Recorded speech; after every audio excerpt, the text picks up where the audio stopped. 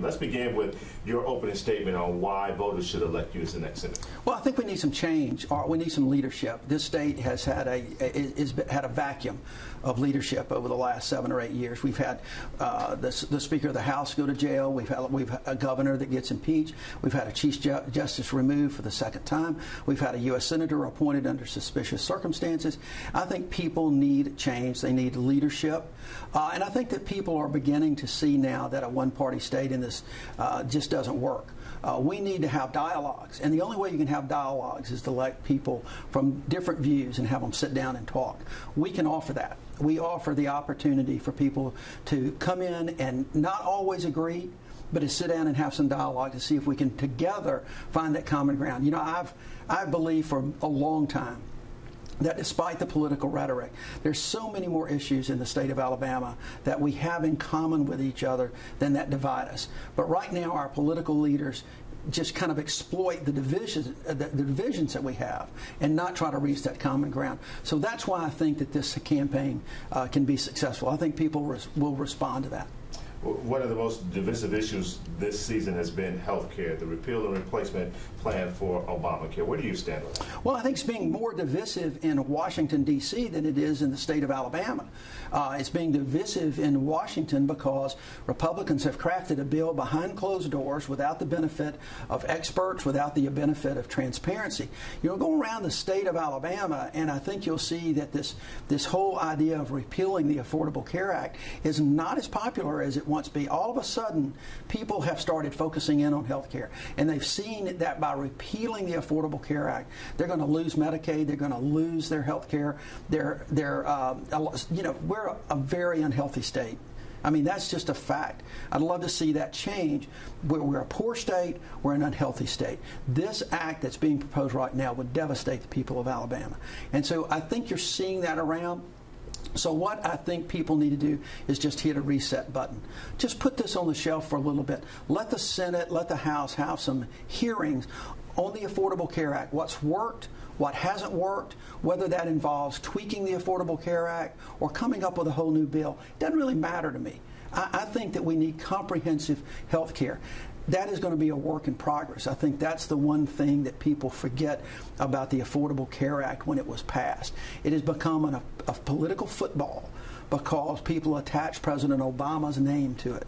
It's the Affordable Care Act, and it was always going to be a work in progress. Whenever you tackle a comprehensive, very difficult subject like health care, it's going to be a work in progress, and we can work through those issues if people will just talk to each other up there in Washington and not just talk at each other and pass that political football back and forth.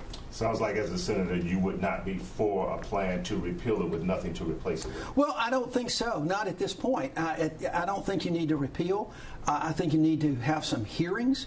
You know, look, if the Affordable Care Act, after we hear from a lot of experts, is just totally not working, as some people try to say it is, which I don't believe, by the way, then sure, let's repeal it and start over. But you got to have a plan in place. You know, Republicans for so long just did a symbolic vote to repeal. That's where they box themselves in. This is not an issue about repeal. It's not an issue about replace. The issue is about affordable health care for all Americans, and that's what's getting lost in this debate. Let's have some more hearings about what's working, what's not working, and let's look to the future to what we can do best for the people of the United States and the people of this state. This state is hurting, and we need that comprehensive health care. Let's talk about this issue with Russia. The intelligence community says Russia interfered with the 2016 presidential election. They all agree on that. President Trump remains unconvinced. Did Russia interfere, and what are your thoughts about the president refusing to agree with our own intelligence community? Well, you know, look, everything that I have read, okay, and I'm not privy to the secret classified stuff at this point, but everything I've seen, everything I've read, all the statements on both sides of the aisle says that Russia did absolutely interfere, tried to probably do more. I've said from the beginning of this campaign, I think that's one of the most significant issues that we're facing in this country right now, because that threatens the very heart of our democracy. You know, years ago during the Cold War, Nikita Khrushchev said, you know, we're going to bury you without firing a shot. Well, he was just ahead of his time because Putin and those guys are trying to do that right now. I think the president needs to take a step back, understand exactly what's going on, acknowledge what has happened, what's going on. This president seems to be more consumed with his popularity than he is about governing the country. He seems to be more concerned that this will somehow taint his presidency. Everybody recognizes he won this election. He is the President of the United States. Let's acknowledge what happened and try to protect the United States going forward. The other thing is, this is going to play out. It's going to be it's a serious matter, but it is a distraction. I do agree with the White House about that. It is a distraction from the serious issues going on. We need to let the investigative committees play it out, and we need to let the special counsel Bob Mueller play this out and let the chips fall where they're going to fall. Another issue, immigration. A recent New York Times report stating 65,000 people have been arrested by immigration and customs enforcement officers since President Trump took office, which is about a 40% increase from the same period last year. What should we do about border security and immigration? Well, I think people need to understand that border security has been tightening up for the last 10 years. President Obama started that. There were more people stopped at the border under President Obama. That has increased then. It's increasing now. Those numbers are a little bit misleading because those arrests are breaking up families. You know, you're basically empowering local police officers to go into county courthouses and city halls to try to arrest people who are there on minor traffic violations, as opposed to the violent criminals that we keep hearing so much about that we don't really see. I'm not in favor of going into the county courthouses to do that. I think we can put more resources on the border without building a wall. You know, the estimates are from the Congressional Budget Office that wall will cost $20 billion. Mexico is not going to pay for it. Sanctuary cities are not going to pay for it. The American taxpayer is going to pay for it, and we don't have $20 billion to build a wall. You know, Art, the last wall that was built to try to keep people from going between countries was the Berlin Wall, the wall that Ronald Reagan famously asked the Russians to tear down. We're better than that. We can increase our security. We can fund immigration enforcement as well as the court system, the immigration courts, to try to handle the backlogs and give people an opportunity in this country to work. That's what they're here for. They're here to work, and we can give them that opportunity. We're also seeing ISIS attacks in other countries, and we've seen some ISIS-inspired attacks here in America. As a senator, what would you do to keep our homeland safe and secure? Well, I think the main thing is we've got to kind of fund our enforcement and fund our intelligence communities. We, you know, as a former prosecutor, you know, law enforcement always have to try to stay ahead of the game. That is difficult to do. Right now, in the world of terrorism, you got a lot of money out there. These guys are smart. They're trying to stay ahead of the game, and they can do it in many ways. And it's always trying to play catch up with the government. I think we've done a pretty good job. If you look back over our history, what the American public does not know is all of the number of potential terrorist acts that were thwarted through our intelligence community that you don't hear about. I think we need to step that up. You know, the war. I don't like the word war on terror, because that implies that in a war that there will be ultimately a winner and a loser. And that is just not going to be the case. Terrorism is going to be here with us for a long time. We've got to make sure we're smart about it, contain it, fund our intelligence communities and our armed forces in a way that we can fight these guys on the ground and in cyberspace where a lot of this is happening. Let me switch gears to Medicaid. A lot of fears about Medicaid cuts right now. Where do you stand on how we should handle Medicaid? Well, first of all, I think Alabama lost out a lot on not expanding Medicaid. Again, that goes back to that political football that we've talked about. We didn't expand Medicaid in this simply because President Obama had his name attached to it. And there are people that have suffered because of that. You know, we have, I forget how the percentage, we have a huge number of people on Medicaid. We have so many people in this state who are below the poverty line. That is a lifeline to them. And it is very important that we not only keep Medicaid, but expand it. I am not in favor of block grants to the state. Quite frankly, I don't trust the people in Montgomery to do the right thing by Medicaid when it comes to appropriately giving out to people that are poor and that need it. The other thing, Art, that is important about Medicaid that I think folks are now beginning to realize, Medicaid is not just for poor, it's for children, but it also funds rural hospitals. And rural health care delivery systems that we have in the state. We have a huge number of those. If we start doing away with Medicaid, people are going to lose their health care. Even people that are not on Medicaid are going to lose the ability to travel a few miles down the road for a hospital or a doctor, and they're going to have to go an hour, 2 hours, 2.5 hours to a local hospital. We're losing that health care, and I think we are such a rural state that we need to keep that Medicaid so that we keep our rural health care in this state. Economy, always one of the main issues of the campaign. And this week the government expected to report on nearly 3% advance in second quarter gross domestic product, which is that official scorecard for the economy. So right now, the U.S. economy no better off than it was before Donald Trump took office. So what needs to be done to improve the economy? Well, I think people are getting a little bit more confidence in the economy. I think that started under President Obama. It's continued to some extent under President Trump. I think that one of the things that's being overlooked a lot on this is the income gap. We heard some about it in the 2016 elections, but it's something that I think is important to the people of this state. The income gap is still growing. What I'd like to see is that Congress focus on raising the minimum wage. It hasn't been done in a long time. And I'm not one to just arbitrarily pick a number. I think we need to, again, just like health care, we need to hear from experts. We need to see what is a living wage out there right now for people to try to boost them above that poverty line and get them going. I think that would help stimulate the economy. It puts more money in the economy. It puts more spending money into the economy. You know, trying to do things to give businesses the opportunity to expand, I think, is going to be an important thing too. I don't necessarily that means believing getting rid of all of these regulations. I think you can tighten up some of those regulations. Again, everything in this country goes back to being a work in progress.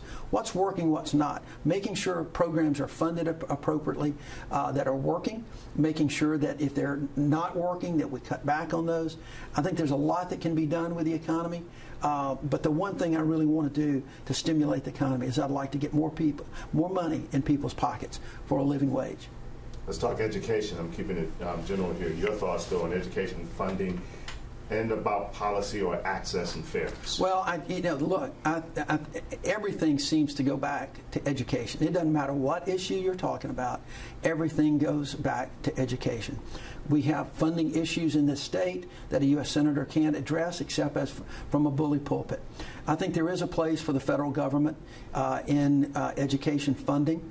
I think we need to continue to do that. I am not in favor of trying to privatize all education through vouchers and those kind of things.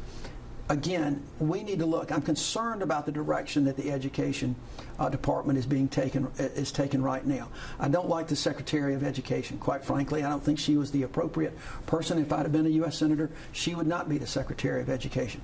I want somebody who cares about children and not the business of education. And that's one of the problems that we've got right now. We need to focus on kids. We need to focus on teachers. We need to focus on infrastructure and making sure the classrooms and the buildings are up to the standards. We are well below those standards in so many areas of the state of Alabama. You can't talk about a Senate race without addressing crime in America as well.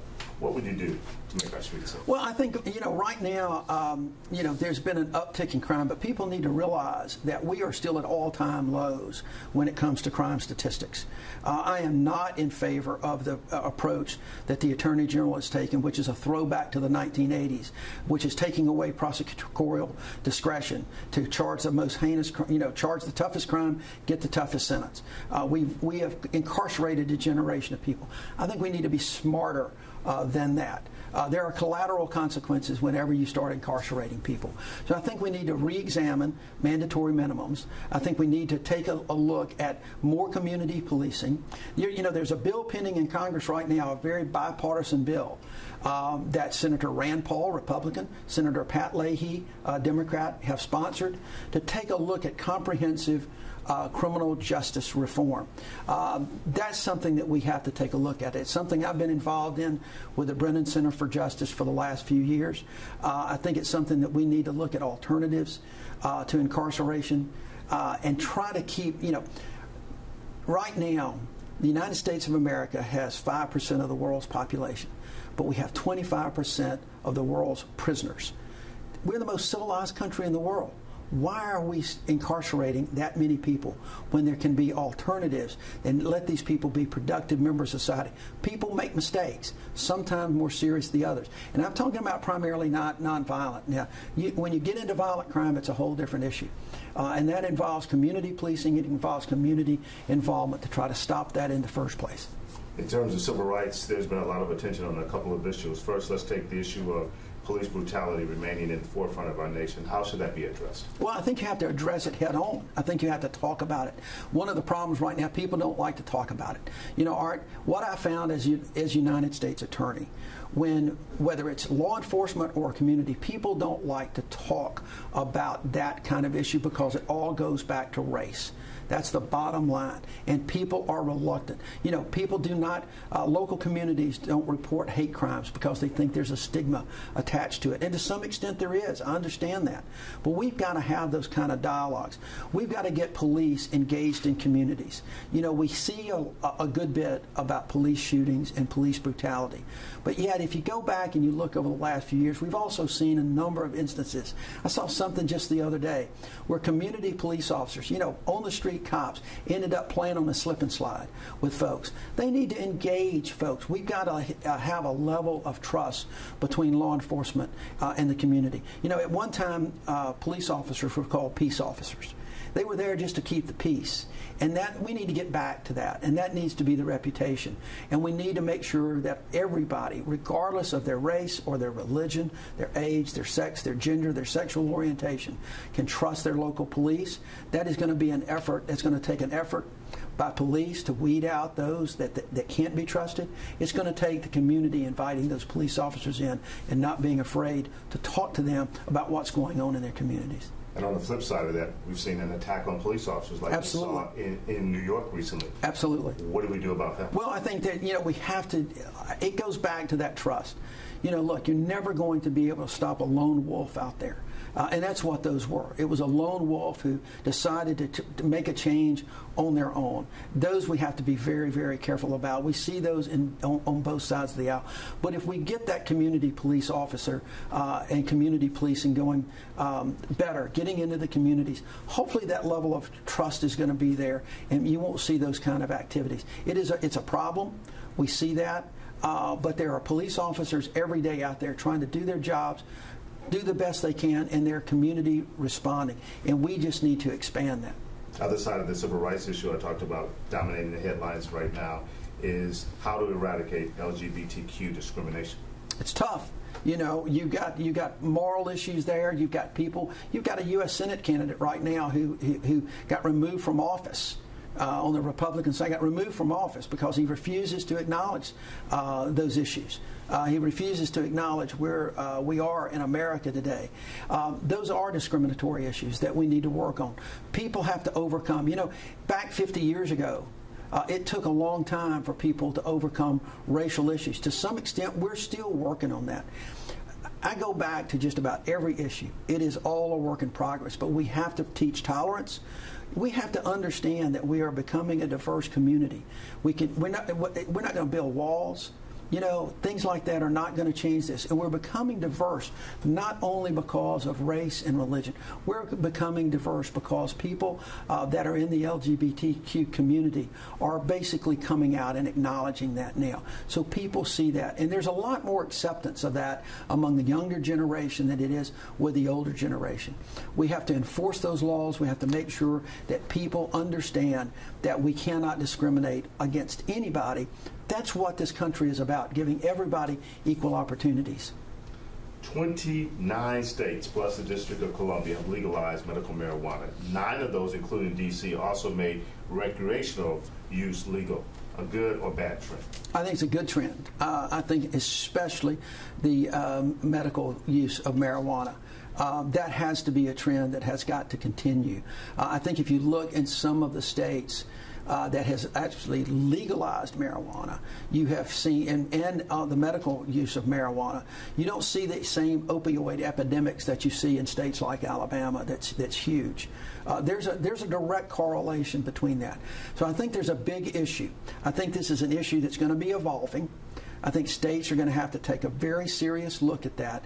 I would like to see the medical use of marijuana at the federal level be blanket. I'd like to see everybody have access to the medical use of marijuana. Quite frankly, I'd like to see the United States, the federal government, kind of get out of the marijuana prosecuting business altogether and let states handle it, because I think the more people see how this issue is evolving, the more we're going to see the changes.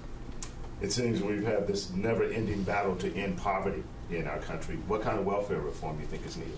Well, I think people, first of all, I think you can help end poverty by giving people opportunities to work.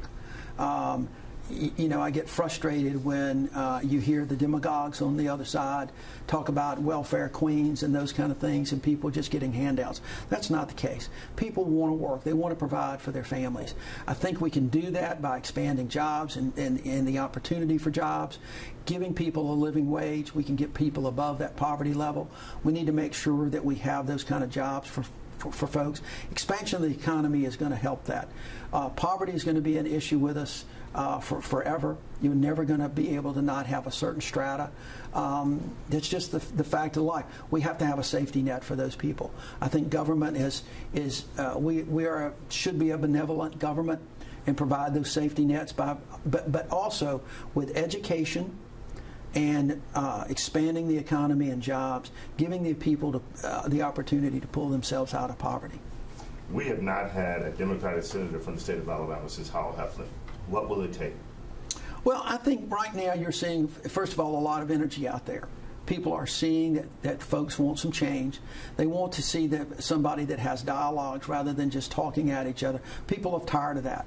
I think the main thing that we've got to get back to is talking about what you and I have just talked about now, kitchen table issues, issues that are common to people in the state of Alabama. And I think when people look at that, they're going to see a lot of different things. They're going to see that Democrats actually care about those issues. We may not agree on everything, but we care about those issues and we can sit down and talk about it to try to work together. You know, one of the things that I've talked about in this campaign, I wish everybody, people who have traditionally voted Republican, people who have traditionally voted Democrat, I think it's time for everybody in the state, every citizen, to hit a reset button and just get away from R's and D's and then start talking about Alabamians and being Americans. And let's reset and focus on issues and listen to candidates and what means something that's very important to this. There will be people in this state that vote on one issue, and that's fine. If they want to do that, I think they're missing out on a much bigger picture when they focus solely on one issue. I think that right now, those kitchen table issues are very important to people. People want to have a job, they want to have a living wage, they want to have their kids educated, and they want to make sure they have the ability to get adequate health care. And if we can do that, and if we can focus on those issues, instead of building a wall, then I think that that's what people are going to respond to. If we can focus on those issues, instead of whether or not we're just simply going to be a lapdog for the president, I think people will respond. Sounds like it right there, but let me give you an opportunity to give any closing thoughts you may have. Well, I think this is a unique opportunity for the state of Alabama. We need to set a reset button. What we have seen in the state of Alabama is that a one-party control of a state isn't working. Democrats didn't do the best job of it when we were in control. The Republicans sure haven't, if you look over the last few years, and the embarrassments that we have seen with one party. People need to understand, and I think people do understand, that checks and balances are not just among the three branches of government. Checks and balances are also between political parties. And when you do that, when you force people to sit down, to try to move together, to reach consensus, then that is only progress for the state. Some of the best states in the country right now, people think of California as simply being a blue state, only because they vote for the president. They've had Republican governors, they've had a Democratic governor now. Same is true for New York, Virginia. Those states have good economies, booming. Alabama needs to have a healthy two-party state to keep a check on each other and to move the state forward. That's what I think people are going to respond to.